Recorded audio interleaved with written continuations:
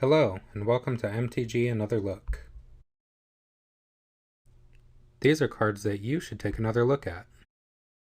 Don't forget to like and subscribe to help the channel. Thank you.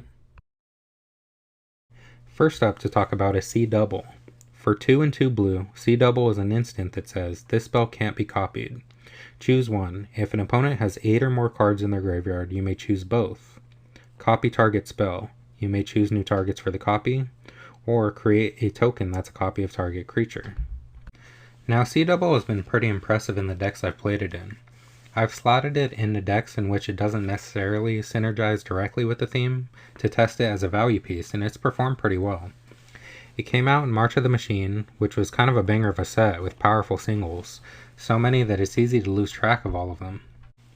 Anyway, Sea Double is a 4-mana blue instant that can semi-consistently do 2 things. Remind you of anything? Cryptic Command has been an exceptionally powerful spell that has seen play since it was released in many different formats. The modes on Cryptic Command are very powerful and probably innately better than Sea Double's modes. However, a lot of the power of the spell also comes from its flexibility. I think Cryptic Command is more flexible than Sea Double, but just by a little bit. Cryptic was played so often because it could slot into control builds, tempo decks, or even mid-range. If you're in a draw-go deck, Cryptic can always be fired off to draw a card and bounce a land. It doesn't require anything to be on the board or to be happening for it to be played. Now let's get back to Sea Double. It is an extremely flexible card, but it is technically situational because it requires someone to be casting a spell and/or a creature to be on the battlefield. That's technically a downside here, but that is really not a big hindrance to being able to cast this spell. If the board is completely wiped and no one is casting any spells, which admittedly is a great position for you to be in, you can still cast Sea Double in response to your own draw or even permanent spells to copy them. It'll even work for you in that draw-go scenario. How easy it is to have an opponent with 8 cards in their graveyard is going to depend on your level of play. In pure Battlecruiser that doesn't play fetch lands and don't play a lot of spells before turn 3, you may not have opponents with graveyards early on. But in that scenario, copying their Timmy cards that they tap out for will be powerful and probably won't ruffle feathers too much. But if you're in a mid to high power casual pod, getting to 8 cards in an opposing graveyard happens pretty fast. Fetches, graveyard strategies, cheap spells, and interaction that destroys permanents are way more common, and by the time you can cast Sea Double, the threshold-like requirement may just be met by itself. Copying any kind of spell, even permanents, is still a relatively rare ability, and being able to copy your opponent's permanents and from the stack is even rarer still. It's great because you can copy an opposing commander or their value permanent like a Mirari's Wake, alongside the usual instants and sorceries, which are much easier to copy. Copying a Trouble in pairs will make you and an opponent overwhelm each other in card advantage, or copying an Eldrazi Monument on the stack can put you in a dominating position and steal a clear win out from under the Monument's caster. Having the flexibility to copy any powerful spell for just 4 mana gives you the tools to make unique play scenarios happen and give you an edge that not a lot of other cards can do. It's important to point out that Sea Double can counter counterspells also. If you happen to be playing against a blue permission player, you can copy their counterspell on the stack to counter theirs. It's just another little edge this card gives you. Copying creatures usually costs about 4 mana, so this card is pretty on rate even there. If everything goes wrong and you can't get the double benefits, you always have an instant speed clone as backup. I like this card also because even in Spellslinger decks, it can double as a nasty blocker to protect yourself if things are going poorly. Spellslinger decks need to be able to pull off their big, flashy spells for card advantage to win the game, but also need to be able to put up decent defenses and not leave your board wide open for opportunistic attacks. This helps a lot because it can impact the board. You can also do fun tricks when you have both modes active.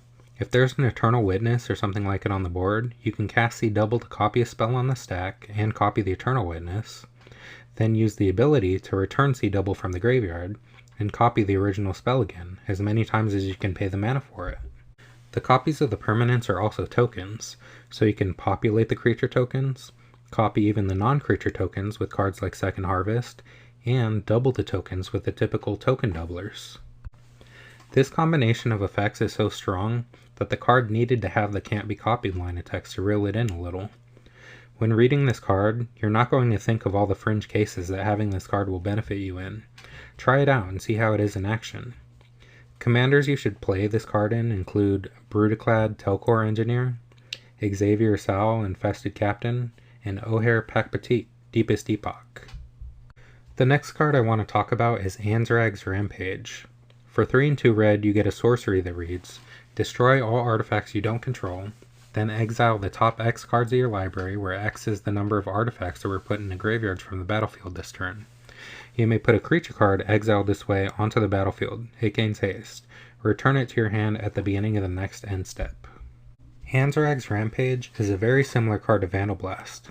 It trades the versatility of Vandal Blast being able to be cast for 1 mana for 7.5 lines of text that are all upside. Destroying all artifacts you don't control has been a desirable effect for years now. Wrathing your opponent's mana rocks can set some opponents back way further than it should due to a huge over-reliance on artifact ramp in most non-green decks. Putting all your ramp eggs in one basket with mana rocks leaves you open to getting set back multiple turns with things like Vandal Blast, and yet people do it and kinda hope they can play out their hands before the rocks get targeted. And with those playstyles remaining prevalent, Artifact Wrath effects will remain valuable. 5 mana and 1 card trading for several mana rocks is a pretty good deal, but with Anzrag's Rampage you get upside on top of that. You get to exile cards equal to the destroyed mana rocks and put a creature into play for free to attack that turn. Exiling 3 or even 10 or more of the top cards of your deck and choosing the biggest and most threatening creature to put into play is a rather good deal. 5 mana is what Through the Breach costs. 5 mana is what a Sneak Attack plus activation costs, and those cards require you to have the creature you want to put into play in your hand. They're also card disadvantage. Anzrag's Rampage is card advantage in red, arguably the color that struggles with it the most. Even if the Rampage is the last card in your hand, you get the Artifact Wrath effect, can look for a creature from among the cards on top of your deck, attack with it, and then get the card in your hand at the end of the turn to play it again later. That means the card replaces itself on top of its other effects. That's pretty good. Another fun thing, since we've been talking about spell copying, is with the wording of Anzrag's Rampage if you happen to copy it. The second copy of it still gets to exile and look for a creature to put into play. You still get to do it twice. The card exiles cards based off of the number of artifacts that went to graveyards this turn, not the number of artifacts destroyed this way. Even if your opponents sacrifice all their clues or treasures in response, you still get to exile the number of artifacts they had before sacrificing them. I'm very happy that they worded the card this way because it works around a couple of corner cases where it easily could make the effect fizzle. If you're in a treasure deck and your opponents don't have relevant artifacts, Anzrag's Rampage will count the number of artifacts that went to your graveyard this turn to add to the number of cards it exiles. If you want to boost the number, you can sacrifice your own artifacts for a larger effect. You do need to be careful though, because if X ends up being 30 plus or a different huge number, you will be exiling a massive amount of your deck, and they don't shuffle back in or anything. If you're playing a deck that has big creatures and are already playing Vandal Blast, it's really worth some serious consideration of how often you really cast it for 1 mana, or whether you want to replace it with a card that is the same as the overloaded spell but with lots of upside. There are also decks that will want to exile massive amounts of its library as well. Anzrag's Rampage is a perfect fit in Lelia the Blade Reforged. It also goes great in Kibo, Uktabi Prince, and Ilharg the Razeboar. Next, I want to talk about They Went This Way. I bet a lot of you think this is unplayable garbage, but I think it's worth another look in some decks. Okay, let's read the card.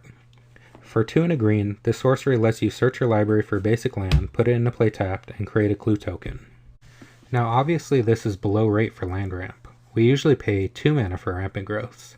It doesn't search up 2 lands and put a card in your hand automatically like Kodama's Reach, but I think there are niches for these types of land ramp with upside cards. One type of deck that we've been talking about in this video is decks that want to copy instants and sorceries. In decks that passively copy spells, this will ramp you twice and create 2 clues, which can turn into 2 cards later on. Playing They Went This Way as your 6th or so green ramp spell, as opposed to just another card that will ramp you once, means you get that small upside copied as well. Another type of deck where this is a real consideration is decks that care about tokens. If you're already playing ramp, but your deck's theme is copying tokens, or really cares about having extra permanents to sacrifice, then having a card that fulfills the ramp role you were already going to play, but also adds a little something extra to your theme, may be the correct choice depending on your deck's mana curve and your pod's power level. In a deck that includes cards like Mirkwood Bats and especially Academy Manufactor, you're going to want to include as many cards with edge cases that can synergize with them. If I'm playing one of those decks, then playing a card that ramps one land into play but sets off the Academy Manufactor is going to be a lot better than a card that ramps one land into play and puts a land card in hand, instead of setting off the Manufactor. With They Went This Way, you get 3 tokens, one of which is a treasure you can use for mana immediately instead of a land in hand that you can't play yet. They Went This Way should not replace other 3 mana ramp in all cases, but if you're in a deck archetype that synergizes with the Clue token effect, it's worth it to take another look and consider if that extra synergy will get you further than a spell that's less impactful but has a more efficient mana cost. Commanders that I would consider They Went This Way for include Jaheira, Friend of the Forest, Idrix and Nev, Twincasters, and Peregrine Took. Next up is a card that isn't exactly unknown, but I still think is underplayed. Most of you won't need convincing and are probably already playing it, but I see people without it in their decks a fair amount of the time still, and I think that's a mistake. It's Feed the Swarm. Okay, don't roll your eyes. This card should be in nearly every single black deck without white or green. It's that necessary. It should be thought of in the same way as Chaos Warp. Okay, well let's read the card in case there's someone who isn't familiar with what it does. It's a sorcery that costs 1 into black to destroy target creature or enchantment. You lose life equal to its mana value.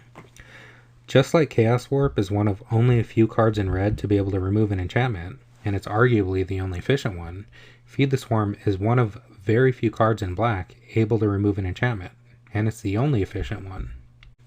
The other cards in black that can possibly remove enchantments are Invoke Despair, Ghastly Death Tyrant, and Baleful Beholder. Baleful Beholder and Evoke Despair are both a little iffy on whether you're even going to get the enchantment you want. I think they're fringe at best. Ghastly Death Tyrant is actually surprisingly effective and can be in consideration for certain decks that can handle the mana cost or cheat it into play, but it also doesn't have the flexibility of Feed the Swarm in being able to destroy a creature if an enchantment isn't what you need removed. The other option in black and red for dealing with enchantments is colorless effects. There's Meteor Golem, Oblivion Stone, Navineral's Disc, etc. Right away, when looking at these cards, they all cost a lot of mana. Meteor Golem is sometimes worth it in decks that blink it or cheat it out, and things like O-Stone can be the right choice if you're in a heavy controlling deck. But what about other decks? What if you're playing a tribal or aggro deck and need enchantments removed? You're going to need a cost-effective way to get rid of the enchantment, preventing you from winning. I'm of the deck building philosophy that you should have a couple ways to deal with any permanent type in your decks. You need a couple of cards that disrupt the graveyard, you need a couple ways to destroy land if you need it. If someone plays something ugly like a Glacial Chasm or a Humility, you need to be able to remove it. You don't need to play all kinds of tutors or anything, but including a couple of ways to deal with those problem permanents means that there are outs in your deck, and you don't auto-lose to them. If someone plays a Ruined Halo naming your commander, and that's how you plan on winning, you need ways to be able to interact with that. You can't just build a deck with insurmountable weaknesses and hope your other opponents deal with it for you. You need to cover your bases, even if you don't draw into them. Some people say it's a mistake to have any kind of enchantment removal in black and red, and I couldn't disagree more. I think a bigger mistake is to make 1 or 2 colors fold completely to a strong or well-timed enchantment. I believe the color pie is an amazing part of our game, but I don't believe that it means some colors should have non-games against decks with certain permanent types. I still think black and red should be the worst at removing enchantments, but I definitely think there needs to be some worse but usable options to still compete, even if they're more inefficient and have fewer options. Play Feed the Swarm in your black decks. Cover your bases. Don't be unprepared. When it comes up, you'll be happy you did. I want to say thank you to everyone that joined me today to discuss some cool commander deck options. What do you think of these cards? Are they worth a shot in one of your decks? Let me know in the comments and join me next time to take another look. Have a great day.